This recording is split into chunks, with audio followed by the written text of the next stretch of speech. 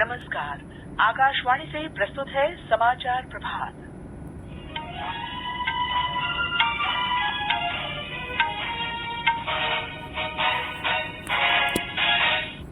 संसद का बजट सत्र आज से शुरू। राष्ट्रपति द्रौपदी मुर्मू संसद के दोनों सदनों की संयुक्त बैठक को संबोधित करेंगी। आर्थिक सर्वेक्षण आज संसद पटल पर रखा जाएगा। केंद्रीय बजट कल पेश होगा। नागालैंड और मेघालय विधानसभा चुनाव के लिए नामांकन आज से भरे जाएंगे। राष्ट्रपति द्रौपदी मुर्मू आज नई दिल्ली में राष्ट्रीय महिला आयोग के 31वें स्थापना दिवस को संबोधित करेंगी। खेलो इंडिया युवा खेल 2022 का 5वां संस्करण रंगारंग समारोह के साथ मध्य प्रदेश में शुरू और महिला क्रिकेट में भारत ने दक्षिण अफ्रीका को त्रिकोणीय श्रृंखला में 8 विकेट से हराया।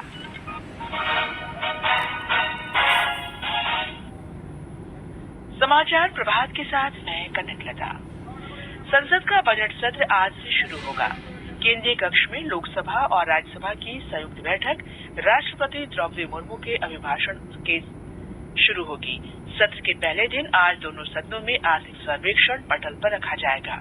केंद्रीय बजट 2023-24 कल पेश होगा। बजट सत्र 6 अप्रैल तक चलेगा। इसमें 66 दिन में 27 बैठकें होंगी। सत्र का पहला भाग 13 फरवरी तक चलेगा। 14 फरवरी से 12 मार्च तक सदन की कार्रवाई नहीं होगी और इस दौरान विभागों से संबद्ध संसदीय समितियां अनुदान मांगों की समीक्षा करेंगी और अपने मंत्रालयों तथा विभागों से संबंधित रिपोर्ट तैयार करेंगी। बजट सत्र का दूसरा भाग 13 मार्च से शुरू होकर 6 अप्रैल तक चलेगा। संसद के बजट सत्र से पहले कल संसद भवन परिसर में सर्वदलीय बैठक हुई। सरकार द्वारा बुलाई गई बैठक में केंद्रीय मंत्री राजनाथ सिंह, प्रहलाद जोशी और पीयूष गोयल तथा अन्य ने भाग लिया। सरकार ने लोकसभा और राज्यसभा के सुचारू कामकाज को सुनिश्चित करने के लिए सभी राजनीतिक दलों से सहयोग मांगा। बैठक के बाद संवाददाताओं से बात करते हुए संसदीय कार्य मंत्री प्रहलाद जोशी ने कहा कि सरकार नियमों और प्रक्रियाओं के अनुसार संसद में किसी भी मुद्दे पर चर्चा के लिए तैयार है। इस बजट सत्र में महामहिम राष्ट्रपति जी का उद्बोधन होगा। उसके बाद बजट का प्रेजेंटेशन होगा। भाषण के ऊपर थैंक्स गिविंग मोशन पर चर्चा होगा। बजट पर चर्चा होगा। इसके लिए हमने ऑल पार्टी मीटिंग बुलाया था। इस मीटिंग में 27 पार्टी से 37 लीडर्स पार्टिसिपेट किया है। बहुत अच्छे माहौल में चर्चा हुआ है।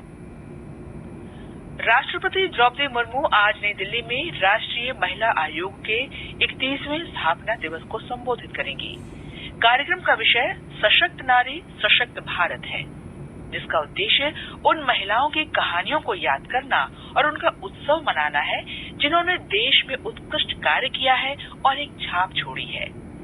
केंद्रीय महिला और बाल विकास मंत्री स्मृति ईरानी और महिला तथा बाल विकास राज्य मंत्री डॉक्टर मुंजपारा महेंद्र भाई इस अवसर पर उपस्थित रहेंगे। भारत के राष्ट्रीय सुरक्षा सलाहकार Ajit Doval initiative for critical and emerging technologies ICET यानी महत्वपूर्ण और उभरती तकनीकों के लिए पहल पर पहली औपचारिक वार्ता में भाग लेने के लिए वॉशिंगटन पहुंच गए हैं। श्री डोभाल आज व्हाइट हाउस में अपने अमेरिकी समकक्ष जैक सुलिवन के साथ ICET पर चर्चा करेंगे। श्री डोभाल के साथ एक उच्च स्तरीय शिष्टमंडल भी गया है। IIT मद्रास में आज G20 शिक्षा कार्य समूह की पहली बैठक शुरू होगी। बैठक का शुभारंभ शिक्षा में डिजिटल प्रौद्योगिकी की भूमिका पर संगोष्ठी से होगा। इसकी अध्यक्षता उच्चतर शिक्षा सचिव के संजय मूर्ति करेंगे। IIT मद्रास के निदेशक प्रोफेसर V कामकोटी इस दौरान डिजिटल प्रौद्योगिकी के उपयोग के संबंध में अपनी बात रखेंगे।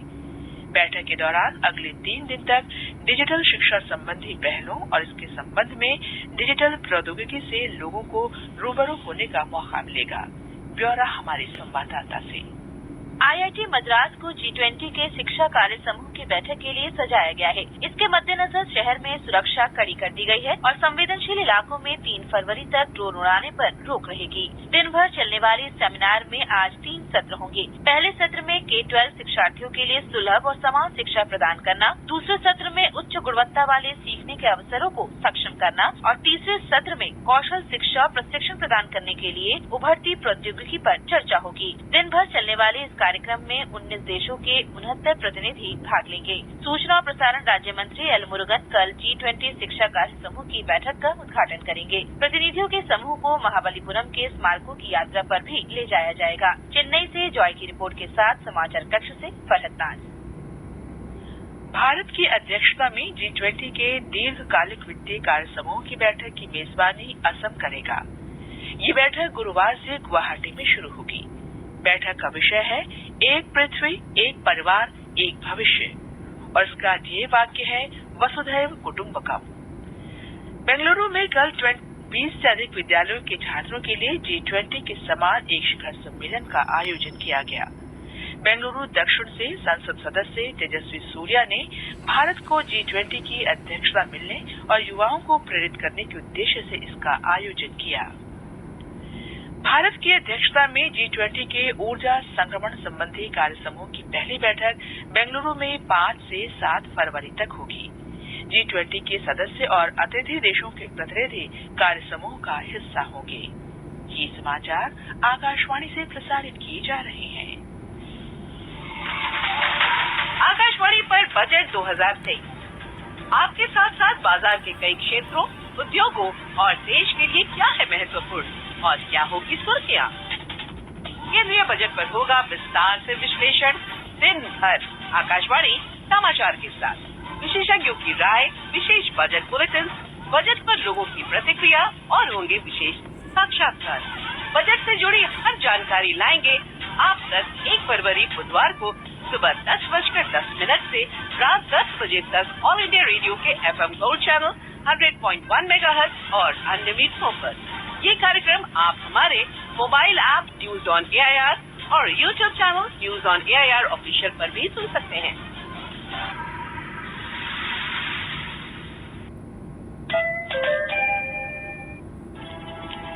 इतनी जल्दी पैसे डबल?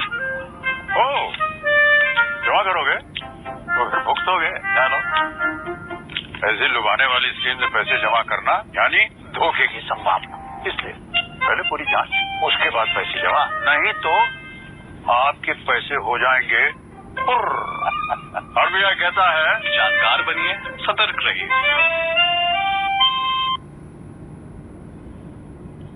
समाचार प्रभात में आपका फिर स्वागत है।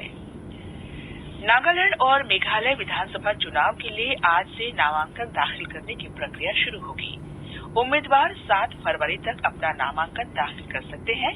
8 फरवरी को इनकी जांच की जाएगी और 10 फरवरी तक नाम वापस लिए जा सकेंगे। मतदान 27 फरवरी को होगा और मतगणना 2 मार्च को होगी। सूचना और प्रसारण मंत्रालय ने निजी प्रसारकों के लिए परामर्श जारी किया है। मंत्रालय ने सैटेलाइट टीवी चैनल और उनके प्रसारकों के साथ कल विचार विमर्श किया। प्रसारकों को हर दिन कुल 30 मिनट के लिए लोक सेवा प्रसारण करना होगा। अलग अलग समयावधि के प्रसारण में राष्ट्रीय महत्व के विषय, शिक्षा, कृषि और ग्रामीण विकास, महिला कल्याण, पर्यावरण और सांस्कृतिक विरासत जैसे विषय शामिल होने चाहिए। प्रसारण सेवा पोर्टल पर प्रसारक को एक मासिक रिपोर्ट ऑनलाइन जमा करनी होगी। पिछले साल नवंबर में मंत्रालय ने भारत में टेलीविजन चैनलों की अपलिंकिंग और डाउनलिंकिंग के लिए दिशा निर्देश जारी किए थे। खेलो इंडिया युवा खेल 2022 का 5वां संस्करण कल रंगारंग समारोह के साथ मध्य प्रदेश में शुरू हो गया। ये खेल 11 फरवरी तक आयोजित किए जाएंगे। केंद्रीय खेल और युवा मामले मंत्री अनुराग सिंह ठाकुर और मध्य प्रदेश के मुख्यमंत्री शिवराज सिंह चौहान ने भोपाल के तात्या टोपे नगर स्टेडियम में इस महाकुंभ का उद्घाटन किया। इस अवसर पर श्री अनुराग ठाकुर ने कहा कि प्रधानमंत्री नरेंद्र मोदी ने देश में खेलों को बढ़ावा देने के लिए लगातार प्रयास किए हैं। खेलो इंडिया के आयोजन में आज से पहले जहां माननीय प्रधानमंत्री जी ने इसकी शुरुआत की थी, अब अगले 5 वर्षों की भी अनुमति इसके लिए मिल गई है और 3200 करोड़ रुपए का खेलो इंडिया योजना के लिए माननीय प्रधानमंत्री जी ने सभी की दे दी है। खिलाड़ियों का मनोबल बढ़ाने के लिए चाहे निखिल जरीन हमारे सामने हो, अविनाश साबले हो हमारे सामने हो या अन्य खिलाड़ी यहाँ पर आए, किसी भी बड़े टूर्नामेंट से पहले शायद ही दुनिया का कोई ऐसा प्रधानमंत्री या राष्ट्रपति हो कि अपने खिलाड़ियों से बात करता हो। भारत के प्रधानमंत्री नरेंद्र मोदी जी ने एक बार नहीं बार बार खिलाड़ियों का मनोबल बढ़ाने का काम भी किया है। मुख्यमंत्री शिवराज सिंह चौहान ने बताया कि राज्य में 18 खेलों के लिए 11 शिक्षण केंद्र खोले गए हैं। श्री चौहान ने घोषणा की कि राज्य के लिए पदक जीतने वाले खिलाड़ियों को 5 लाख रुपए दिए जाएंगे। केंद्रीय खेल राज्य मंत्री निशित प्रामाणिक और अरुणाचल प्रदेश के खेल मंत्री मामा नतुंग भी समारोह में उपस्थित थे। एक रिपोर्ट। जोर लगा दो, जोश दिखा दो, जान लगा दो, जोश दिखा दो, जान लगा दो, हिंदुस्तान का दिल धड़का दो, हिंदुस्तान का दिल धड़का। कला, संस्कृति, संगीत और युवा जोश पर केंद्रित खेलो इंडिया युवा खेल महोत्सव के शुभारंभ समारोह में एक भारत श्रेष्ठ भारत से लेकर वसुधैव कुटुंबकम तक की झलक देखने को मिली। इन खेलों के शुभंकर मोगली और जीता आशा की उपस्थिति में थीम सॉन्ग हिंदुस्तान का दिल धड़का दो ने कार्यक्रम देखने के लिए आए दिग्गज खिलाड़ियों से लेकर आम लोगों में उत्साह का संचार कर दिया। रंग बिरंगी आतिशबाजी और लेजर शो के बीच जाने माने गायक शान, नीति मोहन, अभिलिप्सा पांडा, ड्रम वादक शिवामणि और अन्य कलाकारों की प्रस्तुतियों ने दर्शकों को बांधे रखा। अब आज से 900 पदकों के लिए खिलाड़ियों में असल दमखम और कौशल का मुकाबला होगा। संजीव शर्मा, आकाशवाणी समाचार, भोपाल। शांत खेलो, शांत खेलो, शांत खेलो। महिला क्रिकेट में भारत ने दक्षिण अफ्रीका के पूर्वी लंदन में बफेलो पार्क में हुई त्रिकोणीय श्रृंखला के अंतिम ग्रुप मैच में वेस्टइंडीज पर 8 विकेट से शानदार जीत दर्ज की। उत्तराखंड में ऊंचे स्थानों पर लगातार बर्फबारी और निचली जगहों पर बारिश हो रही है। बर्फबारी के बाद पर्यटकों की संख्या लगातार बढ़ रही है। केदारनाथ धाम में 3 फुट से अधिक बर्फ जमा हो गई है। राज्य में शीतलहर की स्थिति बनी हुई है। आकाशवाणी से विशेष बातचीत में उत्तर रेलवे के मुख्य जनसंपर्क अधिकारी आर.के. राणा ने बताया कि 28 रेलगाड़ियां देरी से चल रही हैं। आज कोहरे की वजह से 28 रेलगाड़ियां लेट चल रही है। मेरा रेल यात्री से अनुरोध है कि वो 139 पर संपर्क करें। घर से प्रस्थान करने से पूर्व नेशनल ट्रेन इंक्वायरी सिस्टम पर भी संपर्क कर सकते हैं। रेलवे ट्रैक क्रॉस न करें, हमेशा फुट ओवर ब्रिज का प्रयोग करें, ट्रेन सुरक्षित रहें। और अब समाचार पत्रों की सुर्खियों के साथ हैं चंद्रिका जोशी। धन्यवाद कनक। आज अखबारों ने अलग अलग खबरों को अपनी सुर्खी बनाया है। बजट सत्र से पहले सर्वदलीय बैठक का समाचार देते हुए जनसत्ता लिखता है, सरकार ने विपक्ष से सहयोग मांगा। दैनिक जागरण ने लिखा है, चीन की घुसपैठ पर संसद में नहीं होगी चर्चा, बाकी मुद्दों पर चर्चा के लिए तैयार सरकार। राजस्थान पत्रिका की पहली सुर्खी है, आम बजट में दिखेगी $5 ट्रिलियन अर्थव्यवस्था की तस्वीर। गोरखनाथ मंदिर पर हुए हमले के दोषी मुर्तजा को फांसी की सजा, लोक सत्य, अमर उजाला, हरिभूमि और हिंदुस्तान सहित लगभग सभी अखबारों के पहले पन्ने पर है।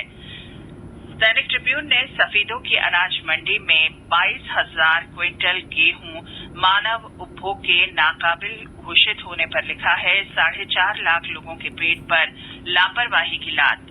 नवभारत टाइम्स ने पेशावर की मस्जिद में फिदायीन हमले में 61 लोगों की मौत की खबर पहले और आखिरी पन्ने पर सचित्र दी है। दैनिक भास्कर ने लिखा है, तहरीक तालिबान को पाकिस्तान नहीं पाला था, अब नतीजे भुगत रहा है। दैनिक भास्कर ने बताया है, AI से दिल का ऑपरेशन, ब्रिटेन यूएस में पारंपरिक हार्ट सर्जन बेरोजगार हो रहे हैं, लेकिन इलाज में कुशलता बढ़ी। पत्र ने साथ ही बताया है, दवा और लाइफस्टाइल में बदलाव स्टंट या बाईपास सर्जरी जितनी प्रभावी। कश्मीर में भीषण सर्दी के दौर चिले कला की विदाई पर भारी हिमपात की खबर देते हुए दैनिक ट्रिब्यून ने लिखा है, घाटी में सड़क से आकाश तक थमी रफ्तार, हिमाचल में 484 सड़कें बंद, उत्तराखंड के पहाड़ भी हुए सफेद। राष्ट्रीय सहारा ने पहले पन्ने पर लिखा है, संसद की कैंटीन में मिलेगी बाजरे की खिचड़ी, ज्वार का उपमा, कंगनी के लड्डू और रागी मटर का शोरबा। अंत में मुख्य समाचार एक बार फिर। संसद का बजट सत्र आज से शुरू। राष्ट्रपति द्रौपदी मुर्मू संसद के दोनों सदनों की संयुक्त बैठक को संबोधित करेंगी। आर्थिक सर्वेक्षण आज संसद पटल पर रखा जाएगा। केंद्रीय बजट कल पेश होगा। नागालैंड और मेघालय विधानसभा चुनाव के लिए नामांकन आज से भरे जाएंगे। राष्ट्रपति द्रौपदी मुर्मू आज नई दिल्ली में राष्ट्रीय महिला आयोग के 31वें स्थापना दिवस को संबोधित करेंगी और खेलो इंडिया युवा खेल 2022 का 5वां संस्करण रंगारंग समारोह के साथ मध्य प्रदेश में शुरू। इसके साथ ही समाचार प्रभात का ये अंक समाप्त हुआ। नमस्कार।